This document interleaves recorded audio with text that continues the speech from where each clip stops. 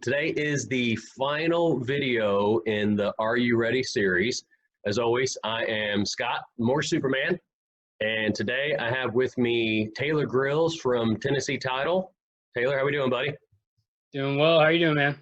Hanging in there, hanging there. Another day of the week.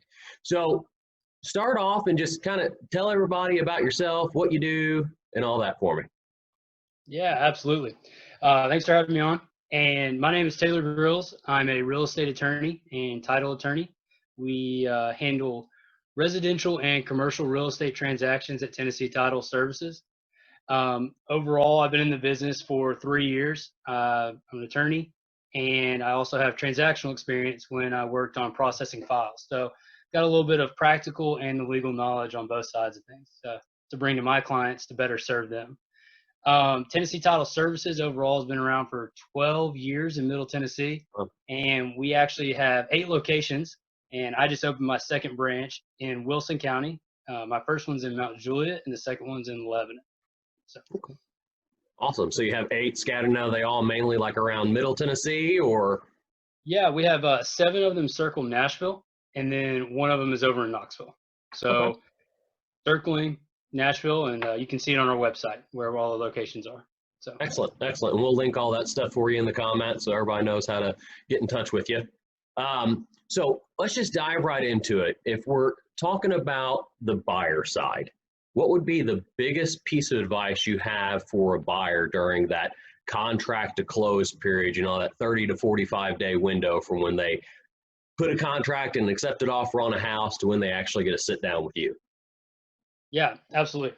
So in that period right there, it's really important, and you're going to like this, Scott, to work with your lender. They're going to need a lot of information. They're going to need a lot of documents, and so is your realtor, and so will we. Make sure you keep that line of communication open and continue to provide everything that they need. You're buying a house, you're getting a loan. It's one of the biggest purchases of everybody's life. They're going to need documentation and some support, okay? That's number 1. And then number 2, information for us. Really what we need is your name, your number, phone number, email, social security number, and any kind of general information of that sort. So that's what you need on the buyer side for there. Okay, awesome. Now let's flip that and go to the seller side, because I'm sure since they're selling a house, they've probably got a little bit more homework that they have to worry about getting done for you. Yes, yeah. So for the title company, there's a little more homework on the seller side for sure. Still the same general information is needed, names, numbers, and socials, because we got to report taxes. But there's also a HOA. Generally, if there's an HOA on the property, we have to handle that and get a payoff. And then we have to get a payoff on your mortgage. We have to work on that. And then any other kind of judgments or liens that may be on the property, we got to clear those off. So we need more information to make sure it is you or it isn't you, and how we can get to a clear title so we can close. Another big thing we see on the seller side that can gum things up if it's not brought up soon enough, 2 things. One is estates. So when someone passes away, we really need to know that as soon as possible that you are selling your mom or dad's property. That information needs to be known right at the beginning of the transaction. We have to deal with 10-care. We have to deal with wills and estates and a probate attorney. There's a lot of moving parts on that, so we need to know as soon as possible. That would be the biggest thing on the seller side is estates, for sure. So they do have a little bit more work on the seller side. They kind of got to pay attention. They'll have a little more contact with us. I would say the buyer has more work to do, though, with the lender, for sure. Well, makes it good for me. Exactly. All right. Now, are there any particular items or documents that a buyer or seller needs to make sure that they bring with them when they actually get to sit down and do that final step and either sign to get the keys to the house or sign to get the check from selling their house? Yeah, absolutely. So there's a couple things you need to bring on both the buyer and the seller side. First off, a lot of people don't know this if you haven't done a transaction in a long time. Buyers and sellers do not sit at the same table. That doesn't happen anymore. So very, very, very, very rare. And actually, buyers and sellers even have separate title companies. So person A, the buyer will sign in Mount Juliet, and they'll buy with us at 9 o'clock. The seller will sign at noon in Dixon. So it happens all the time. And then we bring all the docs together and whatnot. But that is something to be aware of, that you'll actually just be signing yourself with your agent and your lender and the title agent. Okay. So that's the first thing. Second thing, what you need to bring for both the buyer and the seller, please bring your driver's license. We have to verify that it is you. We have to have your driver's license. I will make you go home and go get your driver's license if you don't have it, and that's no fun for anybody. Yeah. So, so bring that. The other thing, so for a buyer, other than your driver's license, you need to bring your money down, unless you don't have money down somehow. But generally, your money down is your cash to close on the closing disclosure. That's that final amount you need to bring a check for.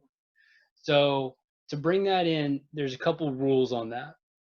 So if it's less than $1,000, you can do a personal check. If it's $1,000 to $10,000, you can do a cashier's check. If it's over $10,000, you have to do a wire. Okay. We don't accept personal checks, cashier's checks, and we definitely don't accept cash. Do not bring me cash. I can't. Unfortunately, I can do nothing with a suitcase full of cash, as cool as that is. So don't do that. So that's the buyer side for the day of closing. The buyer side, you can also expect in the actual closing, you'll come in. Title agent, I will conduct the closing. I will tell you all your documents that you have in front of you. It's usually, if you have a loan, it's usually 80 to 120 pages with probably 50 signatures or so. So stretch that hand out, get ready. It's going to happen. But it's not too bad. I mean, you're getting a house and it's great. So that's what you can expect on the buyer side. We'll sit there, we'll sign everything. I'll take you through the closing. I'll explain everything to you. Then after the closing, generally the agents actually handle the transfer of the keys. So it depends on the seller and whatnot, but they'll handle the transfer of the keys. Sometimes we have them right there at the closing table. Sometimes they're at the property in a lockbox. Sometimes the other title company hasn't sent it over yet. So unfortunately, we don't always have keys right at closing. That's just the reality of the world we live in today of how it works. Right. I like it that way, but it's not always that way. That's just how it is. Right. So, but you generally get your keys within, a couple hours or so, at most 24 hours. So that's, with that being said, don't schedule a closing for noon and then schedule your movers for 2 o'clock in the afternoon. Okay. That's a really bad idea. So you would want to push that back if you can for a day or so. That's always best, just in case. Right. So going back to it, that's the closing for the buyer. For the seller side, what you need to bring is a blank check. The reason we need a blank check is you're going to have some proceeds. We need to wire those proceeds to you. And to do so, we need your account and your routing information. And it's best to have a blank check with you. We can void it out, take it, and slap it on the wire instructions just to verify that we have it correct. For your proceeds, I tell people to expect 24 hours before you get your proceeds. Now, sometimes it's only 2 or 3, but generally it is 24 hours. There's a lot of documents that we have to process. There's things we have to get recorded, and we have to get to other title companies and the lender. So there's just a wait time sometimes on that. So 24 hours to get your proceeds is generally the rule of thumb that we go by.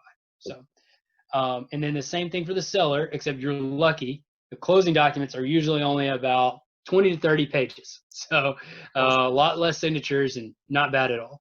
So that's about it though for buyer and seller from a 30,000 foot view for closing. Well, that's not bad. And it sounds like a lot, but it truly, once you get into it, it's not a horrible process. Am I right in that?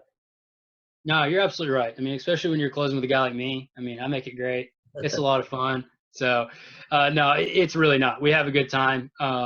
Generally, once you get through the closing disclosure and make sure all those numbers are right, that's the most serious part. The rest of it's just signing away, and it's not a bad experience. Well, awesome. Well, Taylor, I don't want to keep you. I know you're a busy guy, and you probably got a lot of closings already scheduled for the day. So I really do appreciate you coming on. I'll put all of your information in the comments below. So if anybody needs to get a hold of you, agents, customers, otherwise, they'll know how to do that for you. Awesome. Thanks, Scott. I appreciate it. Thank you. You have a good one. You too.